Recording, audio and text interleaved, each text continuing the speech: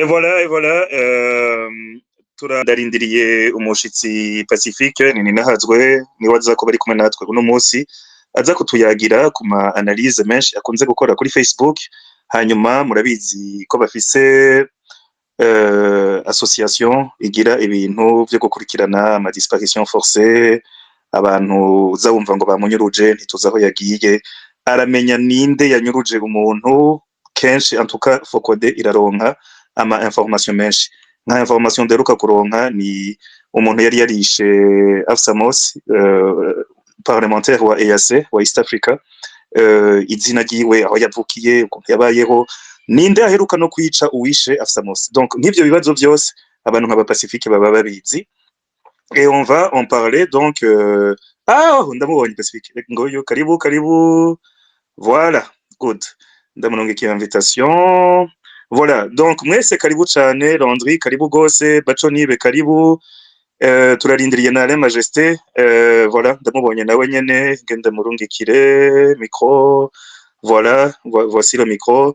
Karibu Queen, karibu Umutare, karibu Jean Richard consultant, Daniel, Maxime, karibu cyane gose Bwana Pacifique Nininahazwe, karibu Rutare, karibu Abatwip, karibu Kazane, karibu Rumata, ambassadeur plénipotentiaire, Sniper, Hobabagabo, Senyamwiza, Willy Ndizeye, Niyamahoro, Kadi, Mutaremyi, David Lionel, Gustave, Dokab, Ruhuna, Wario, Retour, Seleus, Maître, bon, amazina yanyu ntababeshe ndabona moitié, Mugisha, Nkinzo, Liv, mwese gose, je peux pas citer tous les noms des gens présents ici.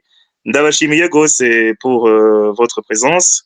Hanyuma, on commence, maintenant on est 21h01. Ndarungikiye aussi micro umutumire wacu Pacifique, karibu nabarungikiye micro. Karibu gose. Alain, Landry, karibu namwe. Na Blaise, karibu mwese. Merci, sinzi kunyumva. Ndakumva neza Blaise. Naje ndahaye Ego ndanje ndabaramukije mwese, Reynolds, Majesté, Bakonive, Pacifique. Naje ndabaramukije mbona n'umutumire yamaze gushika. Imbere ko tangura mu nkundire ndabasabe aho muri hose mutange ino space lien yayo mu magroupe muri mwatandukanye, amagroupe WhatsApp, groupe Telegram canke mugira repost kuri ku mamiro yanyu kugira ngo ntitwisangize ikiyago twenyene. Ni ikintu gifasha cyane mu kongereza audience y'abantu bashobora kumva ikiganiro. Ukaba uri kurumviriza ndagusavye nshimitse utange kino kiganiro aho ushobora gushika hose. Murakoze. Good. Donc, on peut commencer par notre série de questions. Nous allons commencer par Alain Majesté. Abantu muje kutwumviriza mutwihanganire twebwe uko turi bane ngaha hejuru, tubanze dupoza amakestion yacu, hanyuma tuca tubaha namwe umwanya wanyu. Ico ndabemereye ntituza kurenza 30 minutes. Nazo nyene za kuba ari nyinshi cyane. Donc, Alain Majesté, la parole est à toi. Tu peux commencer. Ego murakoze, twongere tusabe abaza gukurikira kinyo kiganiro ko coba mu rupfasoni ntangere. Nta kibazo cerekeye ubuzima bw'igihugu kitabazwa cyangwa mutumire, byiza nuko cobazwa mu rupfasoni kuko nabaza gufata umwanya bakoresha umwanya muto kuko hajyo ubahije umwanya wawubahije n'umutumire. Hama reka rero ngire ko tubazo tubiri tugufi. Ikibazo ca mbere, imyaka 4 iraheze umukuru w'igihugu Evariste Ndayishimiye no munsi ariko butegetsi. Pacifique Ndayishimiye uno munsi president Ndayishimiye imyaka 4 ariko butegetsi, hari byo mushima hari byo mukema. Byo bari ivya imyaka 4 ariko butegetsi yaranzwe n'iki ku bwanyu? Akabazo ka kabiri nakabazo kajanye n'amashiramwe musanzwe murimwo, nza kukabaza mpereye ku cigwa cagizwe n'umwigisha mu makaminuza ku vyigwa vya politique Professeur Guillaume yigisha amakaminuza atandukanye mbese y'Uburundi n'amakaminuza atandukanye, akongera akaba n'umuhinga mu mashiramwe atawegamiye mu vya politique société civile. Yarerekanye ko ubundi ama société civile ariho kugira atsimbataze demokrasi, atsimbataze n'intwari ibereye bimwe bita bonne gouvernance. Ivyo navyo bikaba birangwa no kubisikanya ku butegetsi. Akerekana ko mashirahamwe yanyu vyereka hari abantu bamwe bamwe bamaze imyaka myinshi badasubirizwa kandi isagaseseshwa rumuri uravye imyaka mubaze murongo ishiramwe Focode nkuko bivuga ukaraba nko muri Oricome ukarabona n'andi mashiramwe atandukanye biraboneka ko ari ba bantu twama tubona hahandi nyene mbega bigenda gute ko muri demokrasi nyakuri abantu bategeza kubisikanya bakabantu benshi bakavuga kandi ko mu Kirundi bakunda kuvuga ko na nyina wundi avyara abahungu nta makenga mwa mufise mu gihe muto bamuhari ko amashiramwe yanyu yacu bazimangana bigenda gute ntimusubirizwe ntimona ko mwako murahonyanga ubwigenge bwa demokrasi musanzwe muharanira twari two tubazo tubiri murakoze sinzi ko noca ntangura nuko mwanza kugira tubiri kugira tunyarutse kugira tubandanye n'ikibazo ca Blaise hamwe na Landry nanje nari mfise ikibazo yari bon nibaza ko na Blaise ari cyo yagira pose kuko twe twabivuganye kare tuko turabazanya tuko turategura ikiganiro icambere nabona je ku bwanje cari important yari analyse yanyu sur les 4 ans za pouvoir ya Ndayishimiye ico muvyibazako muduhe nyene quelle est votre observation sur les 4 ans de Ndayishimiye hama question ya kabiri yari si on devait faire une analyse comparative du pouvoir de Nkurunziza et de Ndayishimiye qu'est-ce qu'on devrait retenir en termes de similitudes et de différences hama bon izindi reka ndeke Blaise na Landry bazipose comme ça twebwe question zacu zibaye atake hakiri kare tuce turekera abantu bose bariko baratwumviriza bashobore kupoza amakestion yacu Blaise la parole est à toi. Urakoze cyane ufite je imbere yuko ndanamubaza kwa kugira ndamushimire kuba yitavye kino kiganiro kandi ndanamuhe n'ikaze mu kiganiro hanyuma ukuntu biza kugenda urumva ko tukubwiye mu ntango ibibazo dushaka ko twishurako ariko mu gutangura ko twishura urafise uburenganzira kumanza kugira une introduction sur ico Focode na Ndondeza mukora kugira abantu babimenye ni naco kibazo camera atakumenya ni perimetre yahe mukoreramwo kugira abantu bayimenye tora twumva yuko rimwe nk'ubu nk'akarorero iyo habaye nk'ibintu biraba economy ugasanga nk'akarorero APRODH canke mwebwe murabigiyemo ugasanga ubutegetsi buriko buzana vya bintu buvuga ngo no ivyo mwebwe mu amategeko abahera uburenganzira ngo ivyo ntivyajamwo ibintu nk'ivyo abarundi tuba dukeneye kumenya perimetre mukoreramo ni yahe igarukira ihera igagarukira hanyuma ikindi kibazo nashaka kubaza kishaka gisa nico Rino dace yabaza nateguye kuba nanakibaza arakubajije bira ya president actuel Neva nashaka nanye ndakubaze comparaison ya Neva na Nkurunziza par rapport yuko tubona situation ijanye na droit de l'homme surtout le domaine je nibaza ko mwari mukorera mu cyane bimeze gute hariho intambwe yatewe twarasubiye inyuma n'icyahe cyizero h'abarundi ku bintu bishobora guhinduka ico nico kibazo ca mbere ica kabiri uri mu bantu ba mbere bigeze kuba batubwira yuko bafise icizere ko Burundi hari ikintu kigiye guhinduka igihe Neva atowe nk'umukuru w'igihugu ku bwawe uyu munsi ubona ariko bikimeze hari icizere h'abarundi ko hari ikintu gishobora guhinduka mu minsi iri imbere canke ko hari inguvu bariko arakora kugira ngo ibintu bihinduke naho tubona ko bidasa nk'imeze neza uyu munsi nibyo bibazo vya mbere mutaka kubaza uyu munsi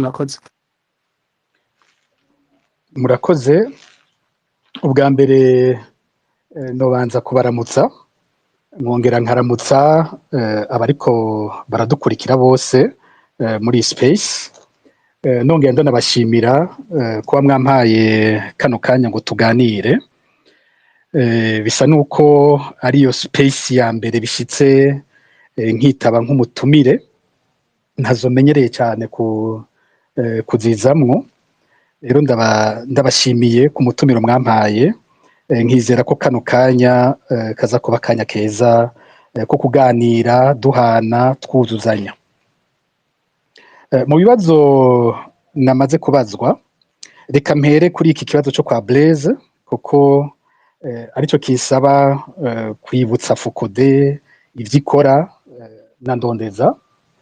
Focode ni ishirahamwe ryavutse mu mwaka w'ibihumbi 2001 rivukira muri kaminuza y'u Burundi.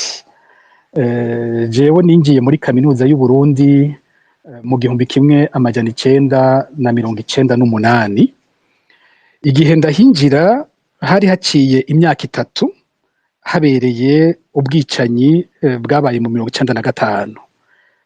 Reka ngire ko noneho mvuga hariho iyo bariko barantyoza mpora numva bagenda kwigisha ngo nabaye mu bwicanyi bwo muri kaminuza, ubwo bwabaye imyaka 3 imbere yuko ndahagera. Igihe rero ninjiye muri kaminuza naba hajya kuri campus Mutanga, ikintu ca mbere cantangaje nkihashika n'umunsi wa mbere ninjira muri restaurant universitaire. Tugiye gutonda ubwo nyene hariho abatubwira ngo rega nguriya murongo ngo nuw'abahutu, nguriya murongo ngo nuw'abatutsi.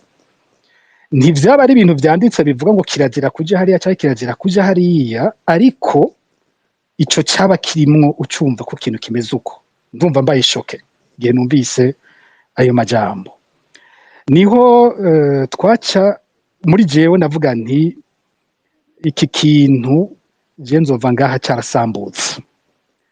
Rero mu misi nahamaze nagize abagenzi bava mu mihingo yose y'igihugu, bava mu moko yose. Ico gihe wanasanga dushika tuba mu mashirahamwe y'amakomine twavamwo, umuntu ashitse kugira aronke indaro ico twita maki, wasanga wakigwa n'ishirahamwe rya komine uvamwo, akaba aribo bakora ibishoboka vyose ngo bava mw'ikomine imwe baronke aho baba. Ugasanga hari ukuntu abantu wamenga bariyugaranye. Je nagira nti ntivyumvikana ingene twoje ahantu duhurira abantu bashika 5,000, 10,000, ukahura n'abantu bo mu mihingo yose ejo bazoba baramutwa igihugu, ukavayo abagenzi winjiranye ari bufise, ukavayo ubugaraniye mu kagwi gatoyi k'ahantu uva. Rero mpera ngaho ku bagenzi nagendagira navugana na bose, turagira umugwi w'abantu 27 bava mu ntara zose z'u Burundi, bakava mu moko yose. Ndabeshe nta mutwe twari dufise ico gihe, mugabo twari abahutu n'abatutsi. Niho twicaye hamwe twiyumvira gushinga ishirahamwe, intumbero yaryo ya mbere yari yo gufuta ayo macakubiri nuko kwinubana twari tuhasanze. Nico twahereyeko. Rero kugira tubishikire twihaye kuganira. Twaratunganya ama conference menshi kira buri musi w'Imana inyuma y'umutaga. Twakunda kuba turi hajya muri ya amphithéâtre muri ekonomi, ugasanga muri twebwe twaratora no musi wewe uduteguriye ikiganiro kuri ibi, wewe uduteguriye ikiganiro kuri bijya. Muri uko kuganira rero cyane turegerana turashikirana tuba nk'abavukanyi, abariho hava Focode. Focode igizwe n'amajambo atatu: Forum pour la conscience et le développement. Igice ca mbere ca conscience nico twari duhagaze ko cyane, tuvuga tuti tuganire kahise k'igihugu, turengera izinjyane tuba bavukanye, kandi twarabikoze turabishikira ico gihe. Hanyuma tumaze kubona tugize intambwe iboneka, turavuga tuti ntivyogarukira ngaha kuba bavukanye gusa, reka dushire hamwe inguvu turabe ingene twokora ibintu vy'iterambere. Dutangura no kwiyumvira ubwoko bw'ibintu vy'iterambere dushobora gukora dusize hamwe inguvu zike twaba dufise nk'abanyeshure. Ico gihe twaba dufise akaburuse k'3,000. Twiyumvira tugaprojeta kure, tuvuga tuzokora amakoperative, tuzokora amamituwarite, turakora nk'utuntu wasanga tumeze nk'ibutike dusangiye twese muri bwa budasa bwacu. Iyo ikabaho gushikaho twageze ku ntambwe bwa tuti dukore ishure nka koperative. Turakora ishure ryitwa Lycée Étoile de l'Espoir, ryari hajya mu Nyakabiga. Turanavuga tuti dukeneye ko bano bafokode nyene aribo bazoja kwigisha muri iryo shure, kugira ngo bwa buntu twigiye muri Focode tuze tubushire mu bana tuzigisha, guhera mu buto haboneke abandi bameze nkatwe. Iryo shure ryarabayeho gushika muri 2015, tumaze guhunga Focode igafutwa, ibintu biragorana gutyo. Rero Focode yateye mbona igira ihaviva inkuru ndende, reka ntere nyaruka. Focode yateye mu nyuma, iruhande y'ivyo twakoze nk'abanyeshure, imigambi y'iterambere itandukanye twagiye turasangira, twahavuye tuja ku rugero ryo kwinjira muri société civile nk'abandi. Focode yinjiyemwo mu 2007, tumaze kwinjira mu runani rw'amashyirahamwe yigenga Force. Tuhamenyera ingendo za société civile, ngene amashyirahamwe abayubatse, ibi vyo kurwanira agateka kazi na muntu. Niho twavyigiye cyane, mbere twinjiye muri 2007 abo dusanzeyo baca barangomwa muri 2009 bantora kuba umukuru w'urunani rw'amashyirahamwe yigenga ico gihe force rwa runani rukomeye rwaserukira societe civile. Rero Focode yagiye ikora ku bibazo bitandukanye. Imbere ya 2015 twarakora cyane nko ku bibazo by'ugwaruka, twarakora ku bintu bijanye na justice transitionnelle, twarakora no ku bibazo vy'ama liberté publique. Tuvuze liberté publique ni nk'ibi by'uburenganzira bwo gusohora ivyumviro, uburenganzira bw'amanama, uburenganzira bwo gushinga amashyirahamwe, uburenganzira bw'abamenyesha makuru. Ivyo vyari mu bintu Focode ikorako cyane, ariko aho duhungiye Focode mu gihugu bakanayifuta, ntitworohewe kubandanya bene ayo maprograme twaba turiko, kuko turi mu gihugu twahuza nk'ugwaruka ruva mu migambwe itandukanye, ugasanga turiko turagwigisha ma valeurs démocratiques, ibinyere vya droit de l'homme n'ibindi. Umva twamaze guhunga ayo maprograme twariko ntiyaragishoboka ko tuyabandanya.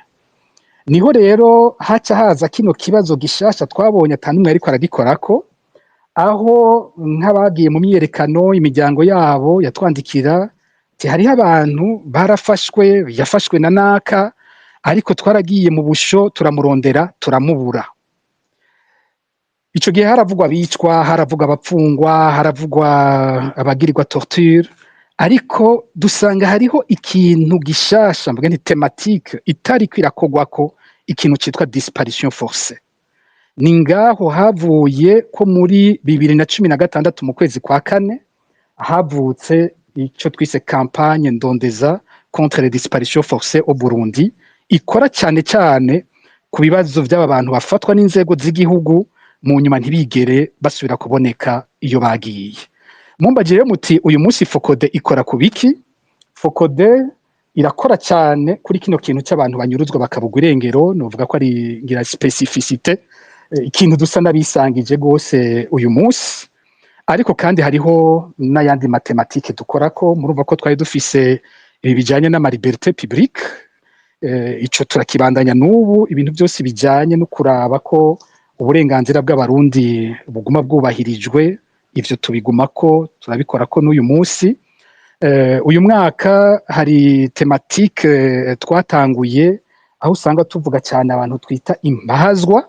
Impahazwa bari mu migwi cyane cyane y'abantu aba baheza nk'iminyororo bakaguma bapfunzwe, abantu tubona bapfungiwe ubusa. Ico kintu kiri mu bintu muri kino gihe dukorako cyane mu mathématique Focode ifise. Rero mbaje tudukora ku biki, nibaza ko yarageje kuvuga muri rusange ni nk'ivyo, ariko hari ikindi rero noca ngira ko nabagizwe na Majesté, we yagize ati sinzi ko ari Majesté nuko atari Blaise nyene yakivuze, yagize ati mbega hoba hariho ivyo mutari kuriwe gukorako. Ati turashobora kumva ati rimwe na rimwe barabagiriza kusanga mwakoze nko ku bibazo bijanye n'ivy'ubutunzi, kandi atarishira hamwe ryari ryagenewe kuba gukora kuri nko kuri gouvernance économique, ndavyite gutyo, ku bibazo ivyo bijanye n'ivy'ubutunzi. Ngaha hari ikintu umuntu ateza gutandukanya. Hariho ivyo Focode ikora nka Focode, aho uzobona amaraporo asohoka ya Focode.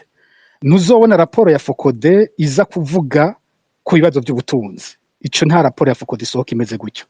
Ariko turabasitwanya uko biri kose, tuguma turabarundi. Umurundi wese nta kibazo na kimwe cy'igihugu kiba kitamwerekeye. Ni ukuvuga Blaise akantumira nko mu bimenyesha makuru dufate wa radio Inzamba, hanyuma akavuga ati twe twari twipfuza kugira ico tubwiye nko kuri kino kibazo tubona kigoranye c'ibitoro, turashaka kugira ico uvuze kuri ibi tubona ifaranga ry'u Burundi guma rita agaciro. Sinca mvuga ngo kubera ko Focode idakora kuri ivyo bibazo ntaco mfise mvuga. Gusa iyo nje kubivuga ko nk'ivyo ngiye mu kiganiro, ntuza gusanga jewe ndabivuga nk'umuhinga wavyo, kuko ntavyo mbanzi. Mugabo kuvuga ko Murundi arushe, Murundi ifaranga ry'u Burundi rita agaciro, abamerewe nabi, ivyo nta na kimwe kimbuza kubivuga ko. nta numwe azombuza kuvuga ko abarundi bakenye, nta numwe azombuza kuvuga amagorwa yandi yose y'abarundi ni bene wacu n'abavyeyi n'abacu. Nk'umurundi ndafise ijwi ku kintu cyose cerekeye Uburundi. Nka Fokode naho, Fokode usanga ikora ku bibazo bizwi vyayo by'amaproje by'amatematiki iba yarafashe kwishaka gukorako. Hari n'ikintu waciye wongera kuti mbega none ko baca bagiriza ngo mwakoze mu bintu mutemerewe. Aha no kwibutsa ko amashirahamwe yacu yafuswe muri leta y'u Burundi. Nta nico novuga tugipfana kuri ivyo vy'amategeko, nta na kimwe dupfana kuko bo bavuga ko badufuse. Ngiriye ko kandi ukabazo ka mbere ho kwa Majesté, oya siko ka mbere kara ka kabiri. Majesté yagiriye ko avuga kino cigwa cakozwe n'uyu mwigisha wa kaminuza, aravuga ati n'amashirahamwe ubundi ategerezwa gukomeza demokrasi. Ati rero ntivyumvikana ingene hariho abantu bashobora kurongora amashirahamwe igihe kirekire. Ico no kivuga ko iki hamwe hose no kuraba amategeko abagenga iryo shirahamwe. Demokrasi uko ndayumva nuko amategeko mu mugwi wose abantu baba barumvikanye baheza bakayumvikana ko ingene bayakoresha bakayubahiriza. Ico ni kimwe. Ikigira kabiri nuko kandi mu burongozi bw'ishirahamwe habaho kuvugana hagati y'abatwara ishirahamwe n'abanywanyi baryo, nuko ingingo intumbero zihambaye z'iryo shirahamwe ziba zemejwe n'abanywanyi, hajya usanga tugira assemblée générale. Nuko kandi vyakozwe n'abatwara baheze bakagaruka mu banywanyi bakabibashikiriza. Jewe uko nzi aya mashirahamwe makuru yo muri société civile aya azwi cyane, nta na rimwe tukiri muri situation normale, tukiri mu Burundi bitakora ivyo. Ntivyashoboka ko umwaka uheze nka Fokode idakora inama y'abanywanyi bose, ntivyashoboka ko idatanga raporo, ntivyashoboka ko izo ngingo ziba zihambaye z'ishirahamwe zigenda ziremezwa. Nani natwaye force rwari gutyo, ntivyashoboka ko ivyo bintu bidakogwa. Donc kuri ico nibaza ko société civile yarakarorero mu bijanye n'ivyo. Ku bijanye n'inzego, amashirahamwe menshi yarahindura inzego, fashe nka Rigiteka, iryo shirahamwe ryatanguriye ayandi, nibaza ko ari ryo dufise, ryarongowe n'abaperezida benshi cyane, kuko usanga bafise n'abamanda magufi cyane. Uko imyaka ibiri iheze muri Rigiteka baratora umukuru w'ishirahamwe, ariko kuva muri 2015 niho twese tuca tugira ingorane. Kuva muri 2015 bafuse amashirahamwe, dufise ikibazo gikomeye c'ingene dutunganya assemblée générale y'ishirahamwe. Mu mashirahamwe amwe dufata n'ingingo zihambaye zijanye no gukingira abanywanyi bacu, usanga dukora ku buryo kizira no kuvuga ngo naka n'umunywanyi. Murazi ko mu Burundi uyu munsi umuntu ashobora kwicwa azize ko yavuganye nanje gusa, bagufatanye telefone bagasanga uranyandikira, ico cyonyine kirakwiye kugira ngo umuntu bamunyuruze canke bamwice. Muri ico gihe intumbero nkuru y'iwacu no gukingira babanywanyi bacu. Umva ni Fokode n'ishirahamwe rifise abanywanyi 3,000 bari mu gihugu cyose, nta assemblée générale tugishobora gukora, ntidushobora kuja gukoranya abantu 3,000 tubakoranirize he, kizira kandi ko banavuga ko ari abafokode. Niyo blocage dufise. Nka jewe manda yanje nari kuyirangiza mu 2017, ariko ndi bloqué, simfise ingene ntunganya assemblée générale ngo dukoranye amatora, haba amahiganwa, bishoboke ko abanywanyi batora perezida mushasha wa Fokode mwishirahamwe ritakibaho mu gihugu, ritakirikuriwe gukorera mu gihugu. Turaboshwe mu bisanzwe, dukoze tuboshwe uyu munsi. Hariho amashirahamwe udasanga afise abanywanyi benshi, abo usanga ari bahurira nko kuri internet, nko kuri Zoom bakagira assemblée générale. Ayo usanga cyane cyane ari amashirahamwe yavukiye mu buhungiro. Abo assemblée générale ziraba bobo. Ufashe nk'amashirahamwe nk'uko hariho nk'ishirahamwe rihuza abavoka, abo ndazi ko bagira assemblée générale, bigashoboka ko bavukiye mu buhungiro, basanzwe bari mu buhungiro, baratora birakunda. hariho nka SOS Torture nabo nyene bajya birashoboka nishyirahamwe ryavukiye mu buhungiro bikunda uko bitunganirije mu buhungiro ariko uzosanga aya mashyirahamwe yose yari asanzwe mu Burundi mbere ya 2015 bitagishoboka ko bakora izo nama za bose narijya no kuvuga ayo mashyirahamwe vyitwa kuba umwansi w'igihugu. Mwambagije rero ikindi kibazo cyari gikomeye niki kijanye n'ingene mbona intwaro ya President Evariste Ndayishimiye mu myaka 4 iheze. Hari wagize ati nibihe nashimye nibihe nagaye, hari wagize ati mu ntango ndi mu bari bagize ikizere ko President Ndayishimiye hari ivyo yohindura, mbega uyu munsi ico kizere ndacyagifise. Igihe muri CNDD FDD batora Evariste Ndayishimiye nk'umukandida agiye kwitoza mu kibanza c'umukuru w'igihugu, ndi mu bagize ico bakivuze ko ndababwira nti ubwa mbere bwo kuba niyo mpinduka ishobotse twakibona ko ari ikintu gikomeye kuko uravye ko Petero Nkurunziza yari yigenjeje, uravye ingene yari yahinduye ibwizwa shingiro, vyari ibintu bimutuma ashobora kubandanya. Twe twagira tuti kuba anarekuye ni kimwe mu nyishu y'ibikorwa twakoze mu kurwanya ikiringo ca gatatu ciwe.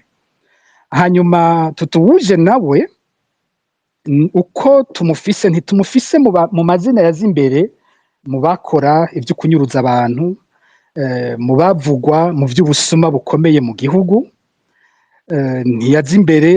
Ikindi twanakunda nuko yavugwa ko ari umuntu aganiriza abantu bose, bariko baramutubwira batubwira ati ni umuntu afise abagenzi mu mpande zose z'abarundi, ni umuntu bakiri ku rugamba yarungikwa mu biganiro. Turavye ibibazo bihambaye vyari vyugarije Uburundi muri ico gihe, twagira tuti uwo muntu afise izo mpano zo kuganiriza abarundi batandukanye yoshobora kubera umugisha igihugu, agashobora kuganiriza impande zose z'abarundi, agafasha igihugu gusubira kwegerana, tugasubira kuba abarundi twese bari kumwe. Ico gihe ndibuka ko mu biganiro nabivugiyemo nongeye ko ntiyamara ivyo sindabivuze nibagiye ko arongoye umugambwe CNDD-FDD, sindabivuze nibagiye ko uwo mugambwe ufise ishami ryitwa Imbonerakure kandi tuzi ivyizo Mbonerakure zakoze no muri uwo mwanya yari arongoye uwo mugambwe. Ako nakongeye ko uko nyene. Icanyuma nibuka nongeye ko nuko nagira nti kimwe mu bimenyetso bizotwereka uwari n'ingene azotogwa. Rero kuva atowe hagiye hatangura kuba utubazo ubwa mbere bwo itorwa ryiwe haravugwa ivy'ubusuma, turaraba ingene amatora yagenze, vyo guharura amajwi ingene vyagenze, ingene bapfunga inderetsi z'umugambwe CNL, hamwe vyageze naho banyuruza bamwe mu bahagarikiye amatora. Ivyo bitangura kuba ibimenyetso vya mbere bidutera ubwoba. Mugabo igihe ashikiriye ubutegetsi, mu mwanya wa mbere yabaye nk'uwuhumuriza igihugu. Yaravuze imvugo yasa n'iyihumuriza kuko yarashimitse ko agiye kubahiriza agateka kazina muntu. Yaravuga ivyo kunywanisha abarundi mu mvugo yiwe vyarimwo. Yaravuga ko agiye kugwanya ivyo kurya ibiturire, mbere iyo mvugo iranakomera gose. Muribuka mu mezi abiri ya mbere yahagaritse ivy'imyimenyerezo y'imbonerakure zihagarika abantu.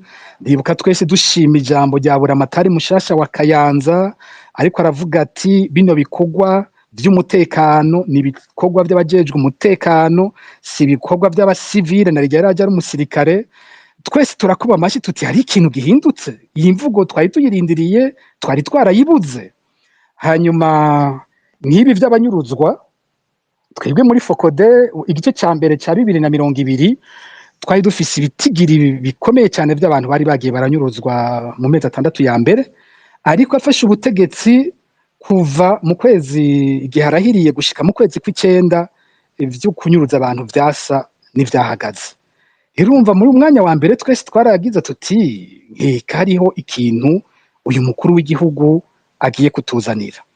Uhera mu kwezi kw'icenda muri Fokode twebwe twaciye dutangura kubona ko bwa bundi atakigenda, kuko twaciye dutangura kubona abantu ba mbere banyuruzwa kuva ku itariki ya mbere y'uko 9 muri 2020 abahungu bava muri komine Rusaka ku mutumba wa Namande bafatiwe ku mugwa mukuru w'intara ya Muramvya bafatwa n'uwatwara iperereza yitwa Felix Havyarimana.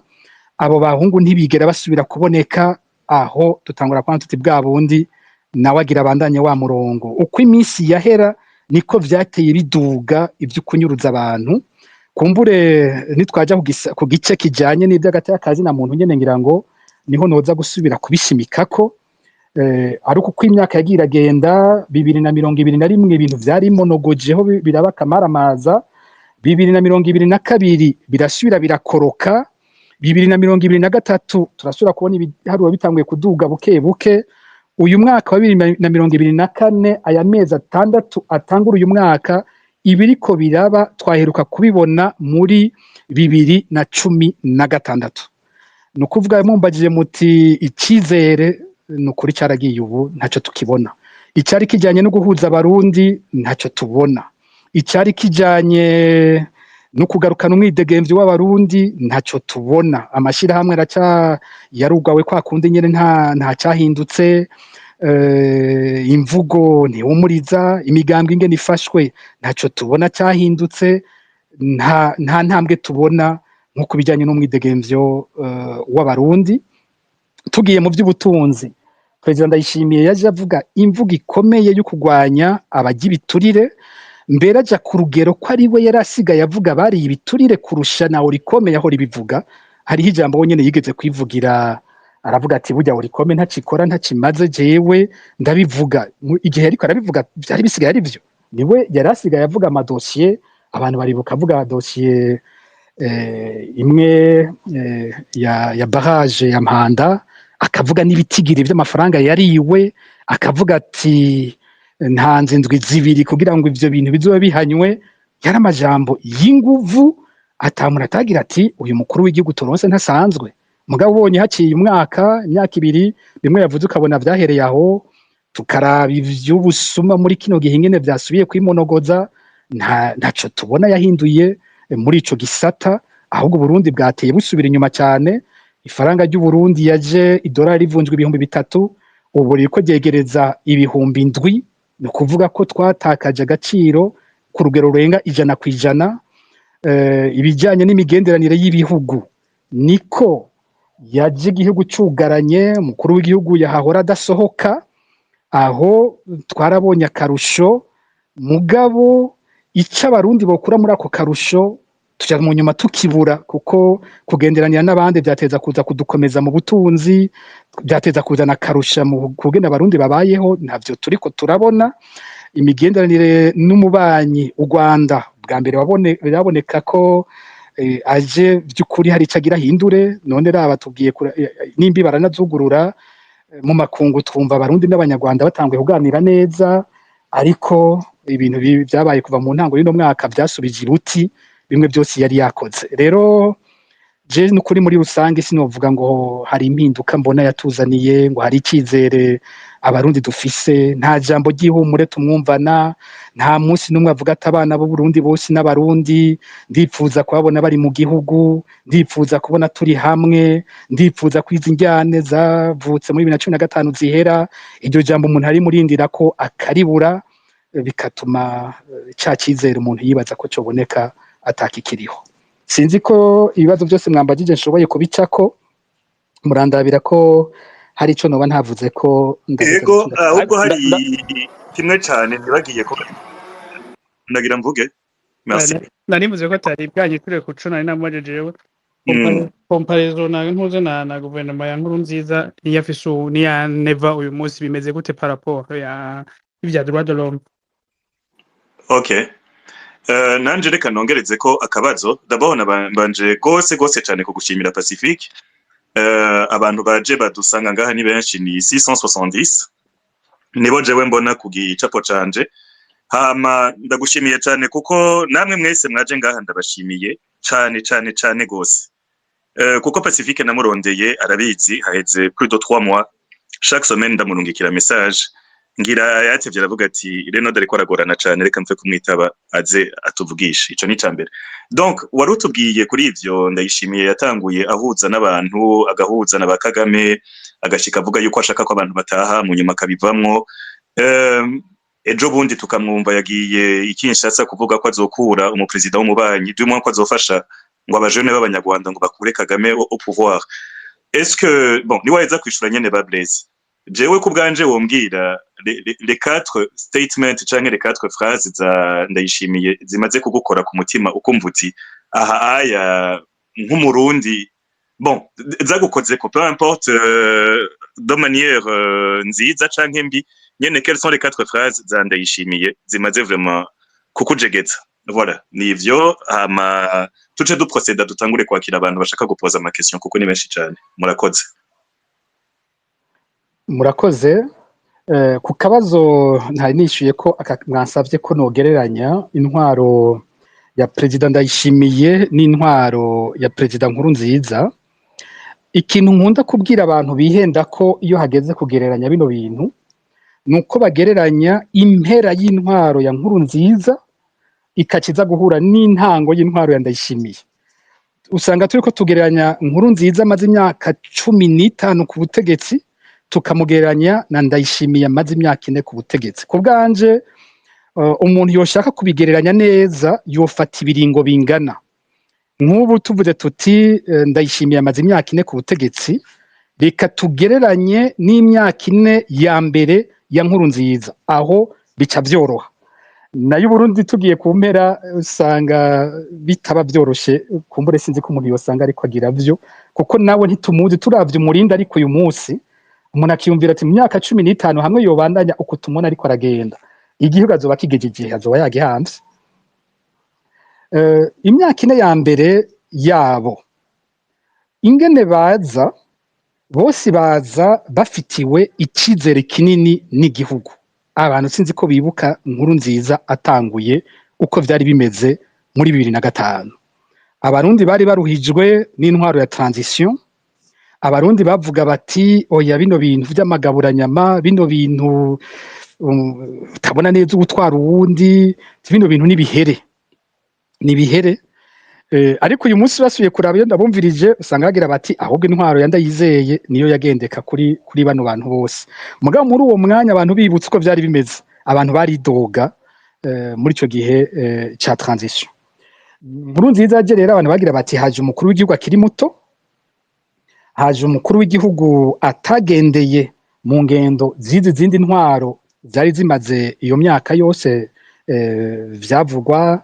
Iprona imaze imyaka irenga 40, Frodebu imaze imyaka nka 12 mu butegetsi. Bagira bati turonke bashasha baratuzana ivyumviro bishasha. Haza umukuru w'igihugu aboneka yegereye cyane abanyagihugu, abantu barabishima. Perezida akina umupira n'abanyagihugu, perezida tumubona aja mu bikorwa rusange n'abanyagihugu, perezida tumubona avuga Imana.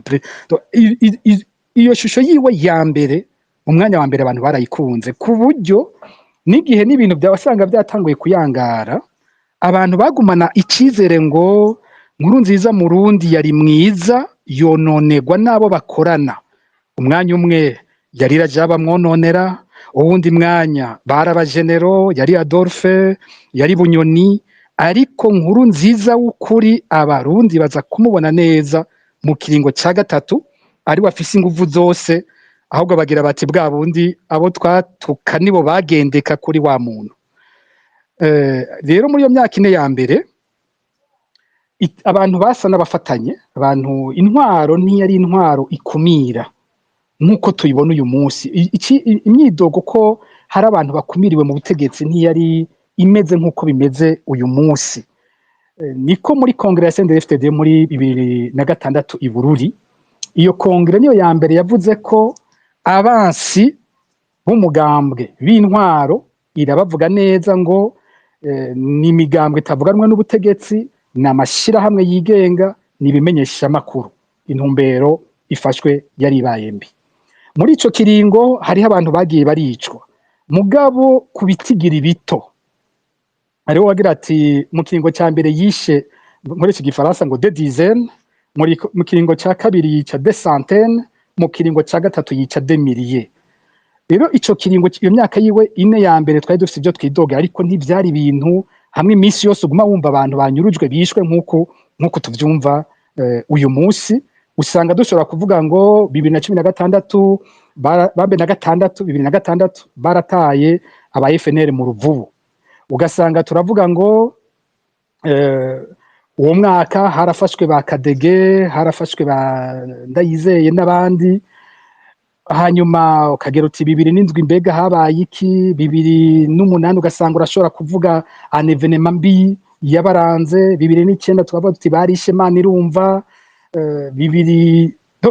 ugiragenda gutyo usanga aho ushobora kuvuga ikintu kimwe canke bingahe twashavuriye muri iyo myaka, mugabo ntivyaba ari ibintu vyinshi cane nk'uyu munsi.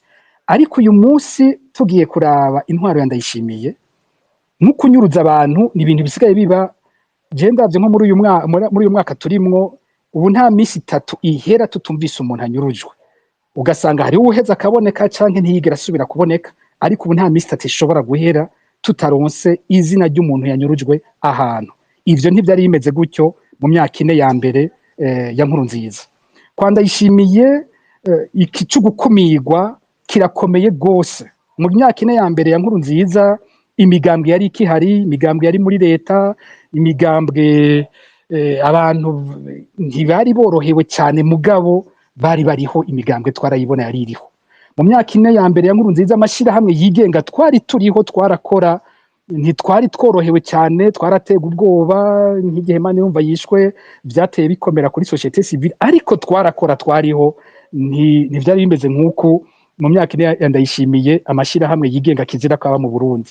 Mu myaka 4 ya mbere ya Nkurunziza ikibazo cy'ubutunzi ibintu byari bikigendeka, ntawo bigereranya naho igihugu kigeze uyu munsi. Mu myaka 4 ya mbere ya Nkurunziza amaradiyo yarari mu gihugu yigenga, RPA twayumviriza twese, ariyo radio ya mbere yumvirizwa mu gihugu, Isanganiro yari ihari ifise umwidegemvyo wose ushobora gutanga amakuru yose, Bonesha yari ihari, televiziyo Renaissance yari ihari. Uyu munsi ugiye kuraba ivyo bimenyesha amakuru ingene bimeze, ivyo ibivuga mu mwidegemvyo ntibikorera mu gihugu, ibihari navyo bifise aho bidashobora kurenza. Ntushobora kumbwira ingene uyu munsi yitwa ko ari amaradiyo yigenga, tukaba tuvuga abantu banyuruzwa, ayo maradiyo akaba atabavuga, tukaba dusohora amaraporo tudashobora kuvugira muri ayo maradiyo ngo batubaze mbega ni kuki mwavuze ko hanyurujwe naka, ugasanga nta radiyo ishobora kutubaza. Kuvuga rero bigiranije ku bwanje jewe mbwa ntitugeranye imyanya ingana, kwa Ndayishimiye usanga turi kure cyane yaho twari turi kwa Nkurunziza mu myaka 4 ya mbere. Okay, Landry, hariho question yari yashatse kubapoza imbere ko duha abandi bose bakaca bashika. Landry, ijambo ni gwawe. Ego Reynold, murakoze, nibaza ko Pacifique twanyumva neza, mwiriwe. Mwiriwe cyane. Ego nari mfite utubazo nka 2 canke 3. Icambere nijo kuru ya sekeza ndondeza isanzwe mukora Alain Majesté ukora mikoro bikoze. Alain Majesté murantunga, nariko ndavuga nti ijenye nisekeza ndondeza, mbega hari ico mu bitubwira ko imaze imyaka ingahe, hama cane muri bira yayo muravye ivyo campagne ndondeza imaze gushikako, ivyo mwoba mwishimiye ni biki, ibyo aho mwinegura ni biki, canke ico mwishura bamwe bavuga ngo campagne ndondeza isa nko kubika. Hari abantu bamwe bagenda bavuga ngo iyo batacimaze no kuvuga amazina n'ubuzima bw'abahitanwe n'ibi biriko bera mu gihugu, abo bo mu bishuriki. Ico ni kibazo ca mbere. Ikibazo ca kabiri, ari ivyo amaze nk'amajambo canke amasota politique umukuru w'igihugu amaze imisi agira, bamwe arabatwenza, abandi arabababaza, abandi babona ko ari agashinyaguro. Mbega mwebwe aho muri mu bivuga kwiki? Ikibazo ca nyuma, igihugu cimirije cano kwita échéance électorale mu mwaka uza 2025 hamwe na 2027. Mbega amashirahamwe nk'ayo murongo ya société civile yiteguriye ivyo biringo gute? Hari ico mugiye gukorera hamwe? Hari ico twokwitega ku mashirahamwe ya société civile bijanye n'ibiringo igihugu kigiye kwinjiramwo mu mwaka uza hamwe no mwaka wa 2027? Utubazo twanje n'utwo murakoze. Murakoze. Ikibazo ca mbere mwambajije kirahuye n'ico kwa Reynold, nisanze ntari nishuye ko Rayinode yari yambwiye ati ndamuhe amajambo ane by'ukuri mu bintu perezida Ndayishimiye yavuze yankoze ko amajambo yavuze ngo yanjegeje. Nuvuga hari ijambo yavuze ryamaramaje, hariho ikintu umuntu ashobora kugira naho aba ari umukuru w'igihugu uzi ko atagukunda, naho uzi ko yoguhiga akakwica, ukavuga uti ibyo aribyo byose uyu muntu ni ishusho ry'igihugu. Kubona umukuru w'igihugu wacu ashobora gukora ikintu nk'iki, ndumva ko maramaye ko twese araduserukira. Ni umunsi yari kwagirisha inama abantu muri Odeka, mbona ibintu yagize mu maso, hamwe avuga ati ibintu umenga ni bimwe by'umwana yanse gufungura, umwana agumutse, ibintu ngo umukuru w'igihugu ngo waheze. Ujya munsi numvise maramaye. Kenshi mpora nshira no ku rubuga bimwe mu byo aba yavuze, kijya cyarananiye no kugikoresha. Cyarananiye kugikoresha kuko muri jewe numvise umenga twese hari ukuntu umenga aradukuye impuzu. Urabona nko mu muryango iyo umuvyeyi hariho ikintu gishobora gushikira umuvyeyi uri umwana ukumva kumengo ntaco mucyambariye mwese.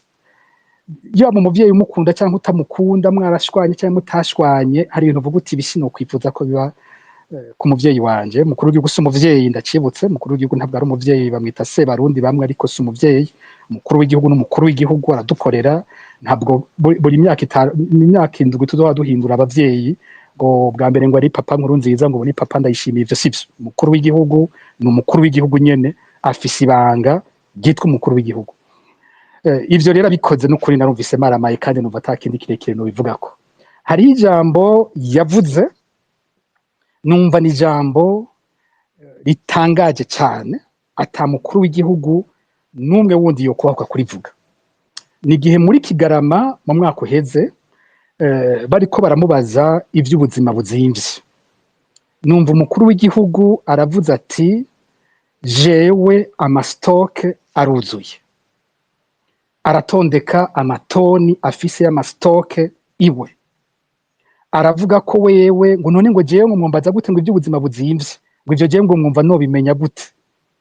Ku bwanje mu bihugu birimo demokarasi y'ukuri, umukuru w'igihugu yovuga amajambo nkayo, imisi yiwe ku butegetsi yobiharuye.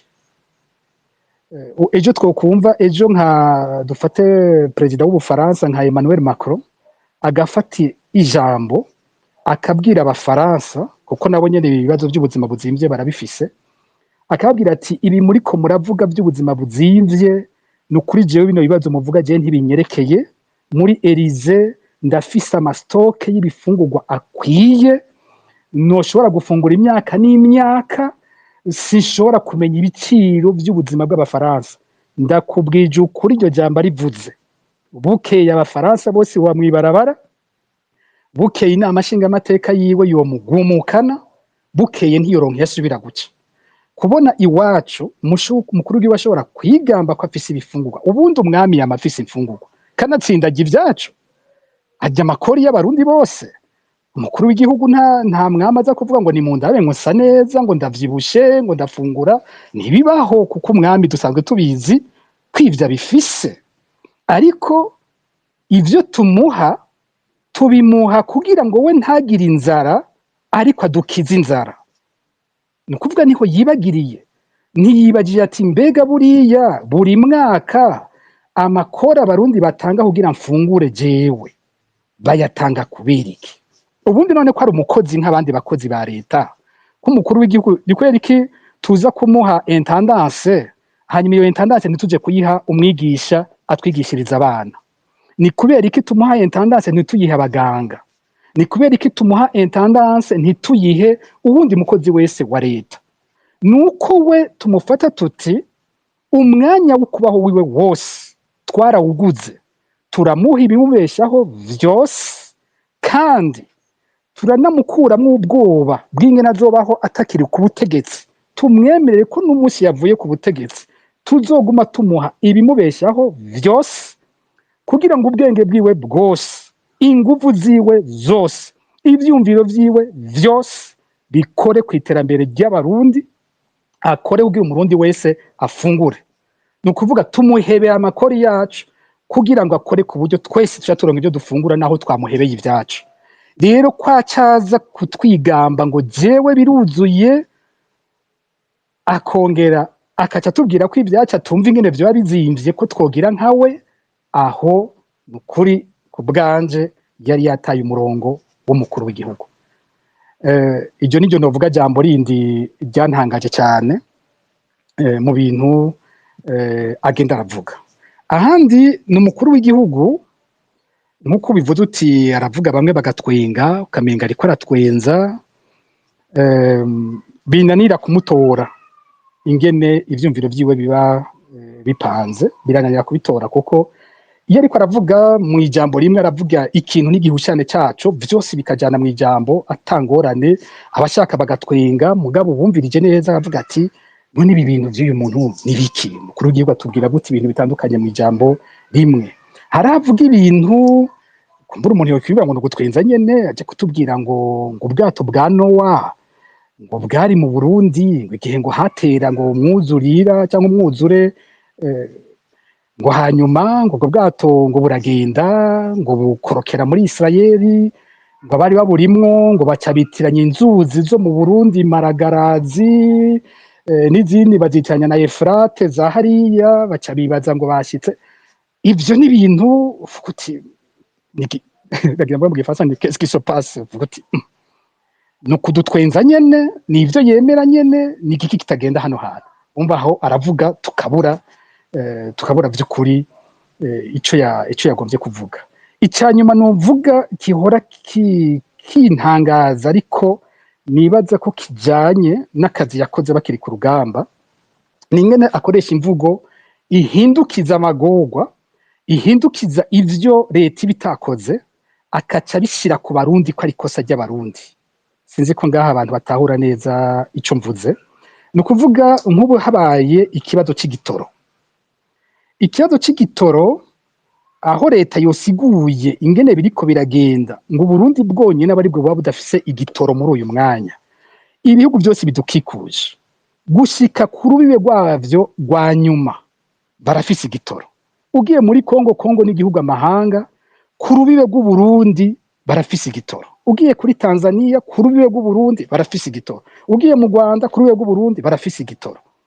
Rero aho yoje kutubwira ingene vyagenze igihugu cyacu cyonyene abari cyo kiba kidafise igitoro mu karere, wewe acaza kutwereka nyabona ko ari twebwe dufise amakosa, ko abarundi ari bo bagize ibintu birengeje. Abarundi baguze imiduga myinshi, mu sinzi ko mwumvirije ari mu gikorane hari imwaro ingene yatanze n'ibitigiri vy'imiduga yaguzwe, ati urumva igitoro gituma kibuze mwabarundi mwe munywe igitoro cyinshi, mwaguze imiduga myinshi, si twebwe iyo mutagura imiduga igitoro cobaye kiriho, none raba mugenda kugura imiduga.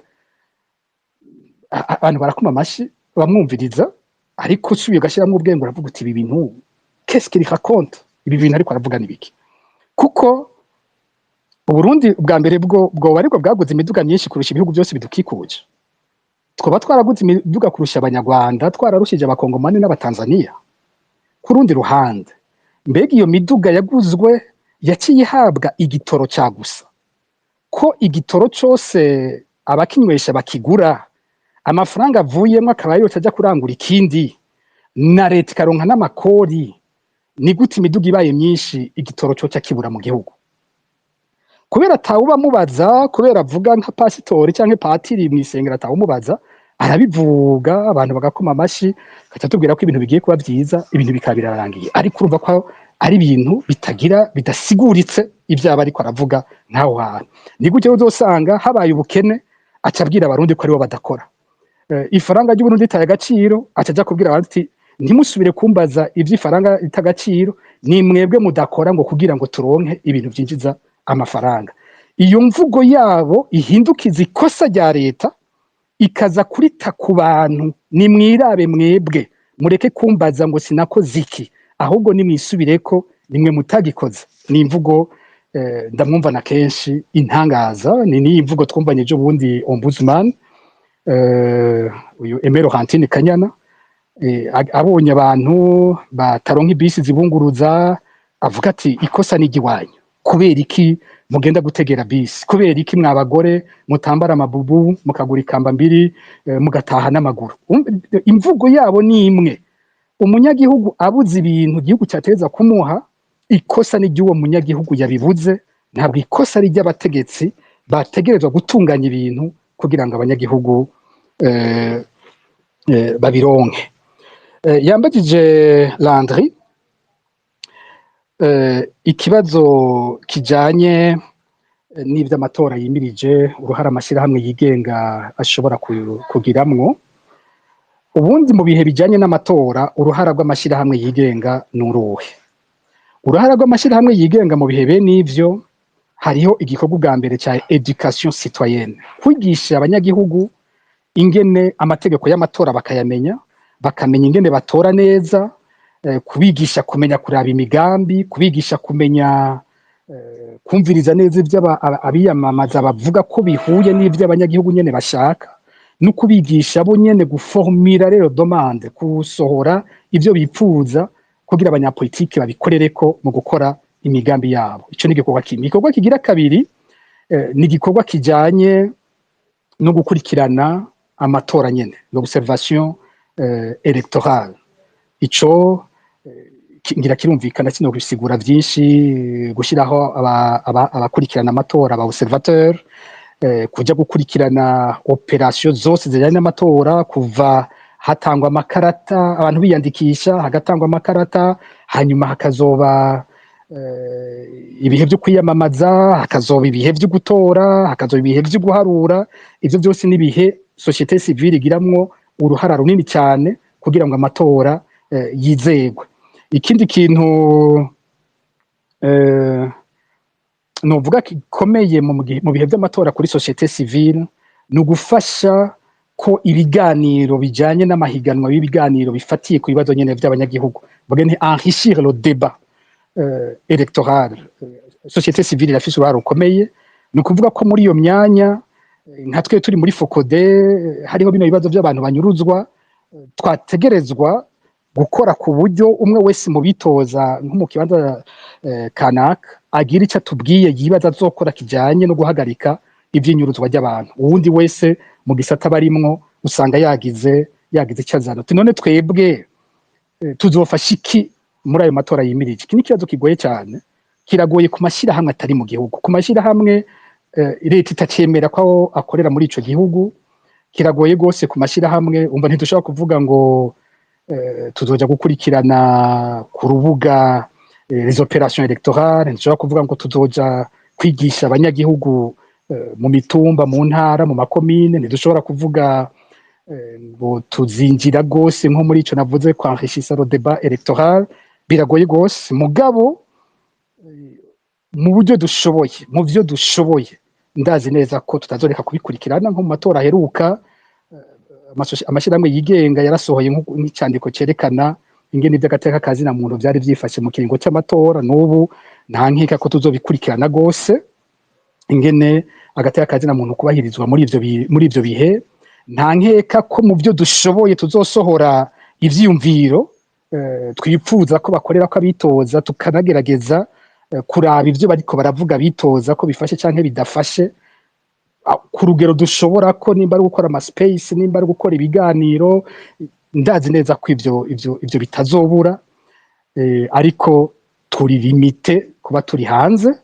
Ikiba cyonyine gisigaye ni ukuraba ko biba bishoboka ko dukorana na buke buke n'amashyirahamwe abasigaye ari mu gihugu, nayo nyene aboshwe ata kintu kinini agishoboye. Aha n'ukuri sinovuga ngo hari ikintu kirekire amashyirahamwe azokora kirengeye ivyo twari tumaze gushobora gukora nko mu matora aheruka.